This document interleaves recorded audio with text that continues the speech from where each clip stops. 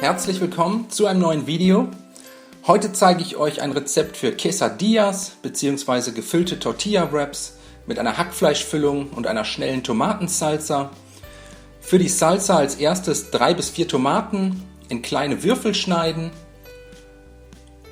2 bis 3 Frühlingszwiebeln in feine Röllchen und außerdem eine Handvoll Koriander fein hacken.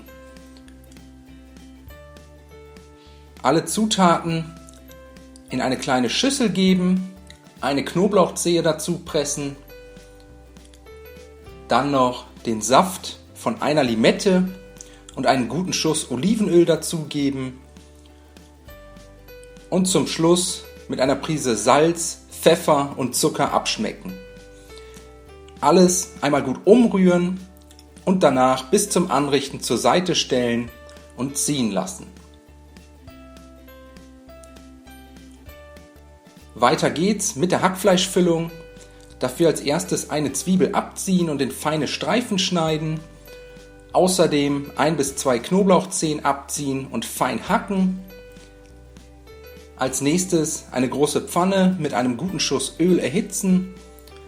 Zwiebeln und Knoblauch in die Pfanne geben und bei mittlerer Hitze und gelegentlichem Wenden 1 bis 2 Minuten glasig anschwitzen.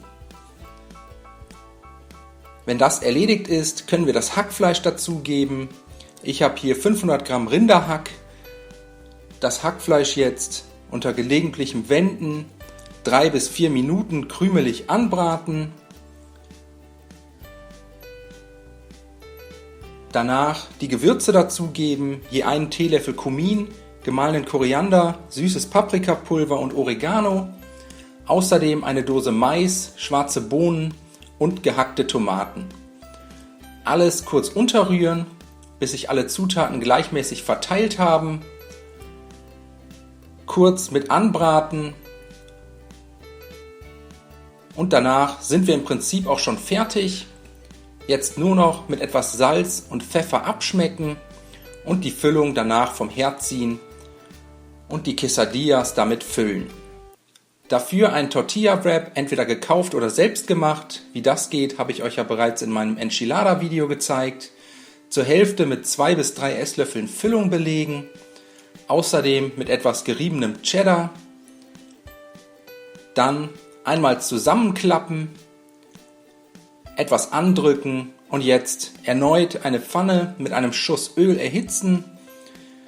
Die gefüllten Quesadillas nacheinander in die Pfanne geben und bei niedriger bis mittlerer Hitze ca. 2 Minuten je Seite anbraten, bis der Käse im Inneren geschmolzen ist und die Tortilla-Wraps außen leicht braun und knusprig sind. Nach 2 Minuten einmal vorsichtig wenden, von der anderen Seite zu Ende braten und danach können wir auch schon anrichten. Die Quesadillas dafür mittig halbieren, eventuell übereinander stapeln und zusammen mit der Tomatensalsa und einem Klecks saurer Sahne servieren. Ich hoffe, euch hat das Video gefallen. Ich wünsche euch einen guten Appetit, viel Spaß beim Nachmachen. Bis zum nächsten Mal.